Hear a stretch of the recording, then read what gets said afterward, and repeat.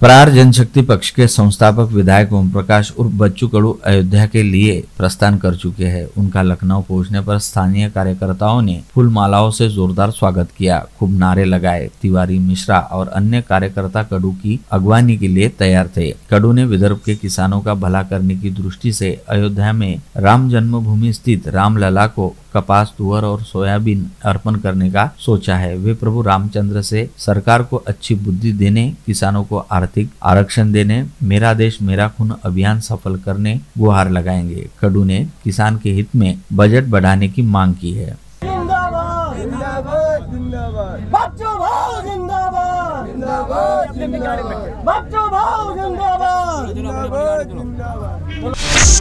राज्य के उप मुख्यमंत्री अजित पवार इनको डेंगू हुआ है। यह जानकारी उनके ही पार्टी के वरिष्ठ नेता प्रफुल्ल पटेल द्वारा दी गई। साथ ही उन्होंने यह भी बताया कि फिलहाल राज्य के उप मुख्यमंत्री अजित पवार कुछ दिन विश्राम करेंगे। उनका फिलहाल उपचार शुरू है।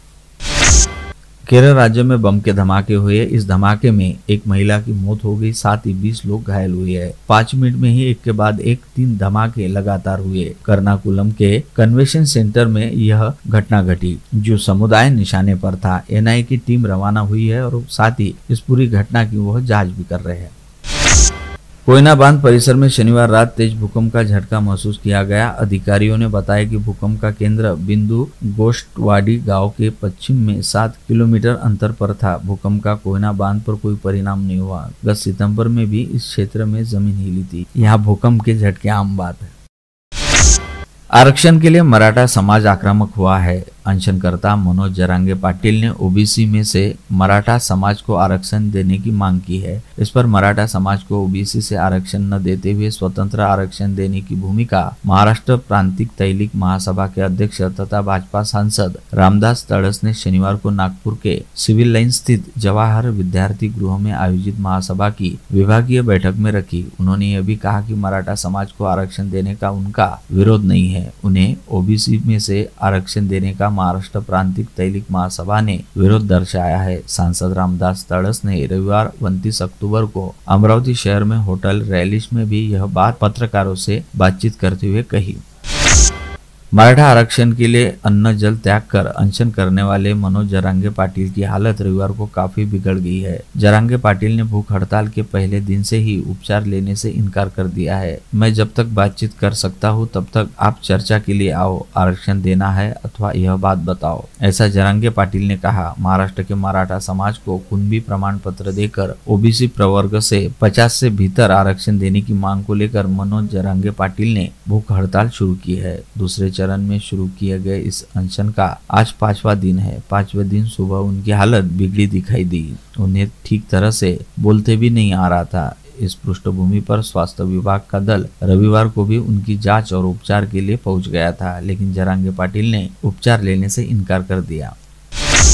जिले के 28 राजस्व मंडल में स्वचलित मौसम सूचना केंद्र स्थापित किए जाने वाला है। इसके लिए वर्तमान स्थिति में 12 केंद्रों के लिए एनओसी उपलब्ध होने से यह केंद्र तत्काल स्थापित करने के निर्देश जिलाधिकारी सौरभ कटियार ने कृषि विभाग समेत स्काईमेड वेदर कंपनी को दिए है। जिले के 90 राजस्व मंडलों में इसके पूर्व ही स्वयंचलित मौसम सूचना केंद्र स्थापित किए गए हैं। जिन 12 राजस्व मंडलों में यह मौसम सूचना केंद्र स्थापित किए जाने वाले हैं, उनमें परतवाड़ा, माहुली, जहांगीर, कापुसतलनी, दारापुर, दरियापुर, उसलगांव, मंगरूल दस्तगीर, तलेगांव दशासर, अंजन सिंगी, मंगरूल चवाला, नांदगांव खंडेश्वर और शिवनी राजस्व मंडल का समावेश है। राज्य की सरकारी शालाओं के निजीकरण करने तथा जूनी पेंशन लागू करने सहित अनेक मांगों को लेकर आज खाजगीकरण कंट्राटीकरण विरोधी संघर्ष मोर्चा संगठन की ओर से स्थानीय राजकमल चौक के नेहरू मैदान से जिलाधिकारी कार्यालय तक विशाल मोर्चा निकाला गया। इस विशाल मोर्चे में विभिन्न संगठनों ने संयुक्त रूप से सहभागिता दर्शाई। मराठाओं को ओबीसी आरक्षण देने के विरोध में कई संगठनों ने अपनी नाराजगी जताई है। इसी के चलते आज अंबादेवी रोड स्थित होटल रैलीज में महाराष्ट्र प्रांतिक तैलिक महासभा की आढावा बैठक आयोजित की गई, जिसमें कई मुद्दों पर उपस्थित गणमान्यों ने चर्चा की। साथ ही राज्य सरकार से बैठक के दौरान मांग रखी कि ओबीसी आरक्षण में मराठाओं को शामिल न करते हुए अलग से आरक्षण दे। अगर मराठाओं को ओबीसी में आरक्षण दिया जाए तो इससे सभी ओबीसी समाज में नाराजगी बढ़ जाएगी और जिसे आरक्षण की जरूरत है उन्हें आरक्षण नहीं मिल पाएगा।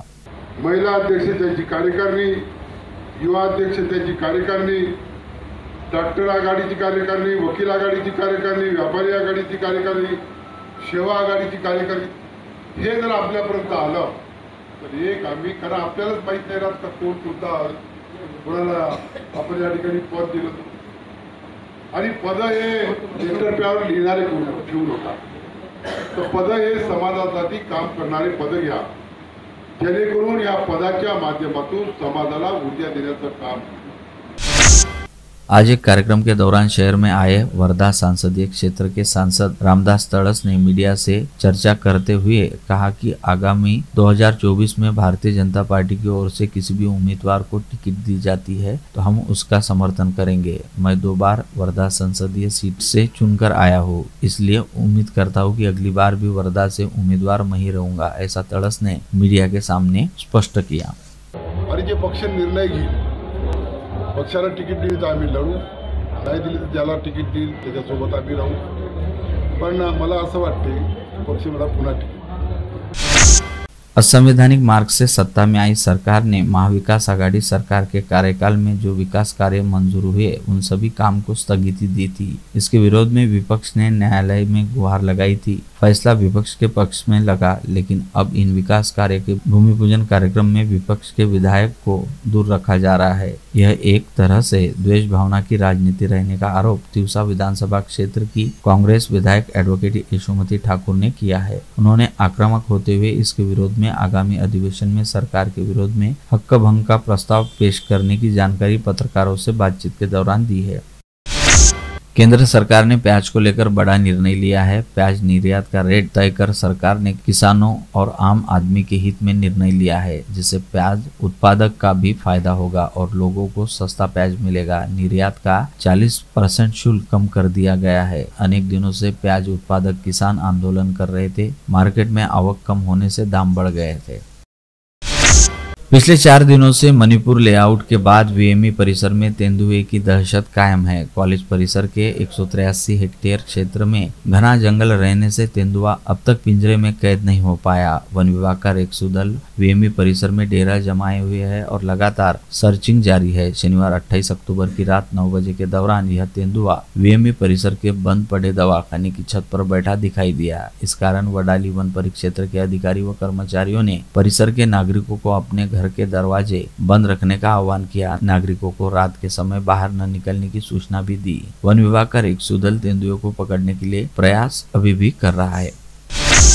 राष्ट्रीय पिछड़ा वर्गीय आयोग के अध्यक्ष हंसराज अहिर आज रविवार 29 अक्टूबर को अमरावती जिले के दौरे पर है। वे अपराह्न 4 बजे नागपुर से अमरावती पहुंचे, पश्चात शाम 6 बजे अचलपुर की तरफ रवाना हुए। अचलपुर में शाम 7:30 बजे आयोजित कार्यक्रम में उपस्थित रहने के बाद रात को वापस अमरावती के शासकीय विश्राम गृह पहुंचे। रात को मुक्काम करने के बाद सोमवार 30 अक्टूबर को सुबह 8 बजे अमरावती से यवतमाल के लिए रवाना होंगे।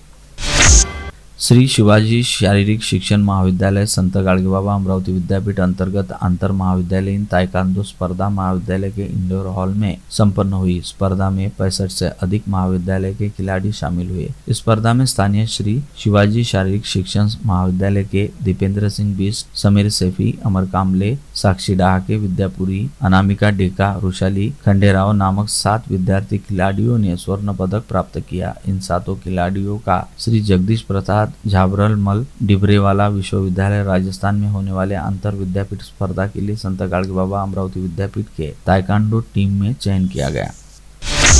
इस बार अमरावती में दिवाली के पूर्व सोना 62,000 तक पहुंच गया है। इस बार अक्टूबर माह में 24 दिनों में सोना 4,900 रुपए से बढ़कर 28 अक्टूबर को 61,900 रुपए और चांदी प्रति किलो 5,200 रुपए से बढ़कर 73,600 रुपए हो गया है। मूल्य वृद्धि के बाद ग्राहकों के कदम सराफा दुकान की तरफ बढ़ नहीं पा रहे हैं। खेती के पुरानी विवाद पर से वर्धा जिले के पलसगांव निवासी प्रवीण राजाबाहु बाजारे नामक युवक ने गुरुवार की शाम 5:45 बजे के दौरान फतेहपुर शिवार में सुदर्शन बाजारे और जगदीश बाजारे को लाठी से बेदम पीटकर घायल कर दिया। बीच बचाव करने गए रवि किरण वानखड़े को भी जमकर पीटा। तीनों घायलों को वर्धा जिले के जिला अस्पताल में भर्ती किया गया, जहां शनिवार को दोपहर 2 बजे के दौरान सुदर्शन बाजारे की उपचार के दौरान मृत्यु हो गई। पुलगांव पुलिस ने मामला दर्ज कर जांच शुरू की है।